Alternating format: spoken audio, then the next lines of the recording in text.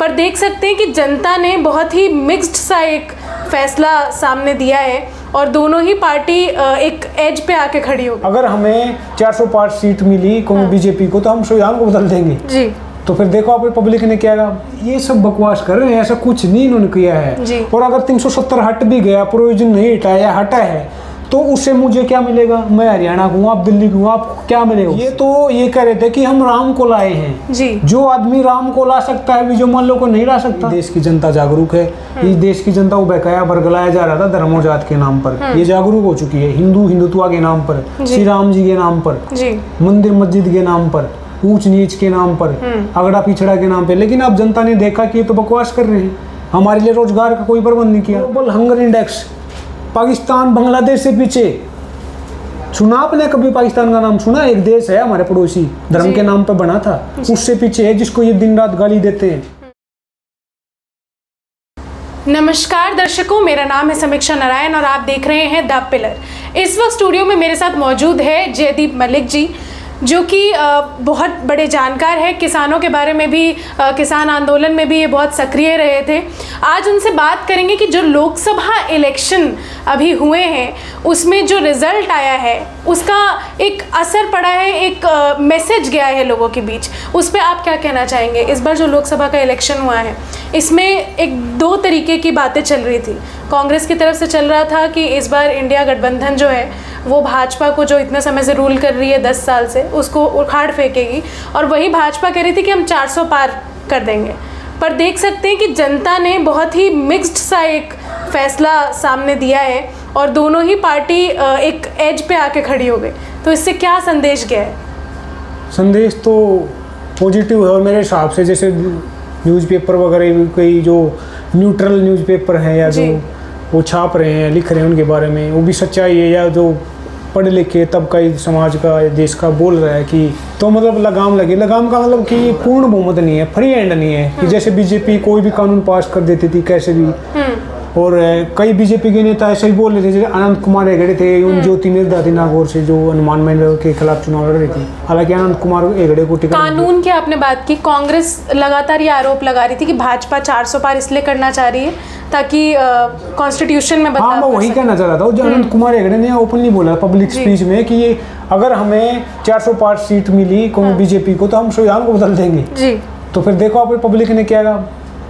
पर उनका ये भी तो कहना था कि संविधान में जो बदलाव अभी ज़रूरी है वो बदलाव करने के लिए हमें बहुमत चाहिए। नहीं, बहुमत चाहिए तो फिर वैसे ही पास हो सकता है ना, अगर कोई अच्छा काम हो रहा है। अब जैसे पूरी तरीके से 370 भी प्रोविजन नहीं हट पाया तो उसके लिए उन्हें बहुमत की ज़रूरत थी, तो हटा तो दिया वो। नहीं, वो बस एक प्रोविजन हटा है उसका, पूरी तरीके से 370 अभी नहीं वो हुआ है। अच्छा, तो फिर मतलब मैं पागल बना देते क्या देश के? उसके प्रोविजंस हट गए हैं तो बताओ ना, हो ये सब बकवास कर रहे हैं, ऐसा कुछ नहीं इन्होंने किया है जी। और अगर 370 हट भी गया, प्रोविजन नहीं हटाया, हटा है, तो उससे मुझे क्या मिलेगा? मैं हरियाणा को हूँ, आप दिल्ली को हूँ, आप क्या मिलेगा उससे? चलो ठीक है, एक मुद्दा था वही, हमारे देश में 2 विधान 2 संविधान या अलग तिरंगा फलाना ढिंगाना नहीं चलेगी, लेकिन आम आदमी को उससे क्या मिला? अब इन्होंने मुद्दा तो राम मंदिर का बना दिया, तो सोच रहे थे वही वोट दिला देंगे। राम मंदिर की आपने बात की, अयोध्या में सबसे बड़ी हार मिली है, फैजाबाद में उनकी हार हुई है, पर उस मंडल में उस एरिया में 5-7 सीट से उनमें भी हार हुई है। ये तो ये कह रहे थे कि हम राम को लाए हैं जी। जो आदमी राम को ला सकता है जो मान लो को नहीं ला सकता। आप ही बता दो, नीरव मोदी को ला सकता है, नीरव मोदी को, मेहुल चोकसी को, राम को ला सकते इतने बड़े जो 140 और गैता मतलब जो भगवान है, ये तो भगवान को ले आए। पर क्या लगता है इतने बड़े आदमी है वो। फैजाबाद में क्या ऐसी वजह थी जिसकी वजह से अब राम का सब इंतजार कर रहे थे भारत में कि राम मंदिर बने, इतने सारे आंदोलन चले उसके लिए, उसके बाद जब अब फाइनली राम मंदिर का उद्घाटन हो गया, प्राण प्रतिष्ठा हो गई, उसके बाद भी जहाँ राम आए हैं अयोध्या के लोगों ने ही भाजपा को। एक कहावत सुनी होगी आपने, काट की हड्डी बार बार नहीं जाती, सच्चाई है। आप धर्म के जात के नाम पर, किसी बकवास चीज के नाम पर आप जनता को बार बार नहीं बहका सकते। इस देश की जनता जागरूक है, इस देश की जनता को बहकाया बरगलाया जा रहा था धर्म और जात के नाम पर, ये जागरूक हो चुकी है। हिंदुत्व के नाम पर, श्री राम जी के नाम पर, मंदिर मस्जिद के नाम पर, ऊंच नीच के नाम पर, अगड़ा पिछड़ा के नाम पे। लेकिन अब जनता ने देखा कि ये तो बकवास कर रहे हैं, हमारे लिए रोजगार का कोई प्रबंध नहीं किया। बेरोजगारी इतनी हाई है, यूपी में आपने डेली पेपर लीक होते हैं, आपने सुना होगा ना, हर पेपर लीक होता है। मतलब ताजा कल ही का देख लो आप, यूजीसी नेट को एजुकेशन मिनिस्ट्री ने उसको स्क्रैप कर दिया, मतलब उसको क्या किया है, मतलब सीबीआई इंक्वायरी की मतलब वो किया है, मतलब सीबीआई इंक्वायरी करेगी, उसको रद्द कर दिया पेपर को। नीट का मामला आपने देखा, बिहार से बच्चे पकड़े गए, 40-40 लाख रुपए दे रखे हैं कि रात को हमें सवाल रटाए गए थे उत्तर जी, और ये सरकार तब भी उसको रद्द नहीं कर रही, लेकिन ये बोल रहे कि नहीं जो ग्रेस मार्क दिए थे वो बड़ा मुद्दा, उसकी डिटेल में जाऊंगा तो लंबा टाइम लगेगा। लेकिन सच्चाई ये है, युवाओं के लिए इस सरकार के पास कोई रोड मैप नहीं है, कोई पॉलिसी नहीं है, कोई तरीका नहीं इनके पास।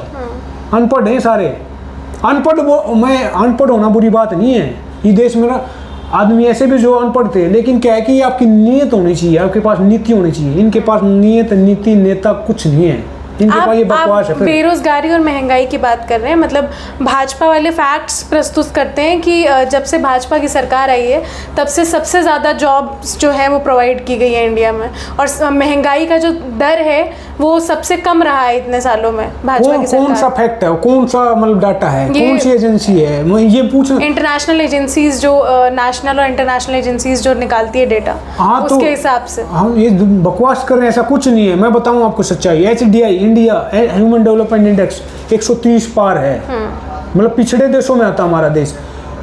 Global hunger index Pakistan Bangladesh से पीछे। सुना आपने कभी पाकिस्तान का नाम सुना? एक देश है हमारे पड़ोसी, धर्म के नाम पर बना था, उससे पीछे है, जिसको ये दिन रात गाली देते हैं। ग्लोबल हंगर इंडेक्स, हमारा देश भूखा सो रहा है। कोई पोषण की रिपोर्ट उठा के देख लो, आप कुछ भी उठा के देख लो, मतलब नेशनल फैमिली हेल्थ सर्वे उसको उठा के देख लो। एजुकेशन का डाटा जो ASER की रिपोर्ट आती है, प्रथम नाम का NGO निकालता है, उसमें बोलते हैं कि हमारे 60% बच्चे जो 5वीं से आगे जा चुके हैं वो सिंपल न्यूमेरिक नहीं कर पा रहे, जोड़ घटा नहीं कर पा रहे, ट्रांसलेशन नहीं कर पा रहे लैंग्वेज का। तो ये शिक्षा के हालात हैं। तो आप कहना चाहते हैं कि इस बार लोगों ने धर्म, जात, इन सब से ऊपर उठकर वोट दिया है? बिल्कुल दिया है, और वो उसी का नतीजा है, क्योंकि इन्होंने तो फ्री हैंड ही सोच रहे कि हम तो मंदिर बनवा दिया तो वही मंदिर वोट दिला देगा। मैंने बोला ना, कास्ट किया डी बार बार, ये लोगों को बहका रहे थे धर्म के नाम पर, लेकिन लोग जनता जाग गई कि रोजगार तो दो। हमने 2 बार दे दिया, 14 में चल गया, वो 19 में चल गया, बार बार कैसे मतलब ऐसे पागल बना दोगे आप? तो आप देख लो क्या हुआ, और थोड़ा सी कसर रहेगी। मुझे लगता है ये इंडिया अलायंस को थोड़ा और मेहनत करनी चाहिए थी। मैं किसी पार्टी से, इंडिया अलायंस से मेरा कोई लेना देना नहीं है, लेकिन मैं तो एक देश का नागरिक होने के नाते, वोटर होने के नाते ये मेरा कंसर्न है कि देश का संविधान जो है उसके अनुसार, उसके नीचे रह के देश की सरकारें काम करें, औकात में रह के। ये बीजेपी नाम की जो पार्टी है, या जो बीजेपी, असल में बीजेपी की तो सरकार ही चलती, मोदी की सरकार चलती है। तो आपके हिसाब से इंडिया गठबंधन की सरकार बननी चाहिए थी? नहीं, सरकार मौका मिलना चाहिए था उन्हें। नहीं, वो तो देश का वोटर तय करेगा, लेकिन मैं ये चाहता था कि देश में संविधान का राज हो, जो संविधान को आपको क्या लगता है जब तक कांग्रेस का 70 साल तक राज था तब तक संविधान का राज था? दूध का दूल्हा कोई नहीं होती, वहाँ भी कुछ गड़बड़ हुई थी, वहाँ भी घोटाले हुए थे, वहाँ भी मतलब क्या बोलते उसको, मतलब खामियां थी। लेकिन क्या है कि हमने इनको बनाया था, इन्होंने बोला था कि बहुत हुई महंगाई की मार अब की बार मोदी सरकार, बहुत हुआ किसानों पर अत्याचार अब की बार मोदी सरकार, बहुत हुआ महिलाओं के साथ अत्याचार अब की बार मोदी सरकार। अब क्या कर रहे हैं आप देख लो, उन्हीं महिलाओं को जनता मंत्र पे बैठना पड़ा एक FIR दर्ज करवाने के लिए ब्रजभूषण के खिलाफ, और उसके बेटे को टिकट दे दिया दोबारा जी। तो ये हालात है, रेपिस्ट, गुंडे, मवालिन को टिकट दे रहे हैं। किसान आंदोलन में आप बहुत सक्रिय रहे, और मतलब उसी के कारण भाजपा की जो एक इमेज है वो बहुत ज़्यादा डाउन भी हुई, क्योंकि आंदोलन ज़ोरों शोरों से हुआ। पर अभी कल परसों में ही भाजपा ने 14 क्रॉप्स पे MSP ग्रांट कर दी है। तो आपको क्या लगता है कि ये एक तरीके से किसानों की जीत है? कहाँ की जीत है, आप ये बताइए। आपने मतलब मुझे उदाहरण के तौर पर 1 गिलास पानी का दिया पीने के लिए, आप डेली दे रही हैं, मैं मांग रहा हूँ, मुझे प्यास लगी, आप दे रही हो। मैंने एक दिन बोल दिया कि आप इसको लिख दो, दे तो रही हो आप, और पब्लिक को पता है, लेकिन लिखने में आपको मतलब दिक्कत है। और जो MSP की आप बात कर रहे हैं, वो उसकी अगर मैं टेक्निकल चीज में जाऊंगा तो डीप में, तो वो बिल्कुल बकवास लगेगी। जो ये इन्होंने MSP दे रही है, जो सरकार ने दिया है, तो 24-25 पे मांग रहे हैं, 14 भी दिया है, वो दिया है A2 + FL पे। A2 अभी तक 22 क्रॉप्स पे MSP ग्रांट हो चुकी है। अरे ये तो 55 में बोल देंगे, 122 ही बोलने से क्या आता है, मतलब बोलने से आप ही बोल रहे हो। ये तो डेटा है, कहीं कुछ डेटा नहीं है, बकवास कर रहे हैं। सरकार की एजेंसियां होती हैं, सरकार खुद सरकार इनके पास है, ये मिनिस्ट्री के थ्रू अपना डाटा निकालते हैं, बकवास करते हैं। पर ये जो 14 क्रॉप्स है उसका तो नरेंद्र मोदी जी ने खुद डिक्लेरेशन किया है कि इस पर एमएसपी हम दे रहे हैं। वो तो 6000 पीएम किसान के भी थ्रू दे रहे हैं। हम ये बोले कि सिर्फ एमएसपी दे दो, हमें भाव दे दो, हमें आपके 6000 की जरूरत नहीं है, हमें बीज की जरूरत है, हमारा हक दे दो। मैं बता रहा हूँ उसी के बारे में आपको, 14 फसलों के बारे में A2+ पे दिया जा रहा है। मतलब सीधी सी बात है, इस एक हाथ पे दिया जा रहा है एमएसपी, और किसान मांग करें कि 2 हाथ पे दिया जाए। मतलब C2 का एक फार्मूला होता है, उस पे मांग रहा है किसान, उस पे नहीं दे रहे, एक मतलब उस पे A2FL पे दे रहे हैं। उसको मतलब अपने जो बिकाऊ पत्रकार मीडिया है उसके द्वारा, मतलब जो लोकतंत्र का, पर एक तरीके से शुरुआत नहीं है कि मतलब आंदोलन इतना किया गया, उसके बाद ये भी एक तरीके की अचीवमेंट ही हो। शुरुआत तो ये है कि आपने देखा कि हरियाणा, पंजाब, राजस्थान, जो मतलब जो नॉर्थ राजस्थान है, यूपी में, तो ये किसान आंदोलन का असर ही था। आपने देखा क्या हुआ इनके साथ, मतलब ये तो देश का और लोगों को भी जागना चाहिए था। मध्य प्रदेश में काफी निराशा मिली इनको, मतलब इंडिया अलायंस को, मतलब बीजेपी वहाँ पे सारी की सारी सीटें ले गई। इतना बड़ा घोटाला हुआ वहाँ पे, शिवराज सिंह चौहान की सरकार जो भी अपना घोटाला हुआ, आज तक नहीं पता कौन कहाँ गया, ना घोटाले का पता, ना पेपर का पता, कुछ नहीं पता, कोई कार्रवाई नहीं हुई। लेकिन उसके बाद लोग उनको वोट दे रहे हैं। ये तो उनके लोगों को सोचना चाहिए, मध्य प्रदेश की जनता को, जी, कि ऐसा क्यों किया।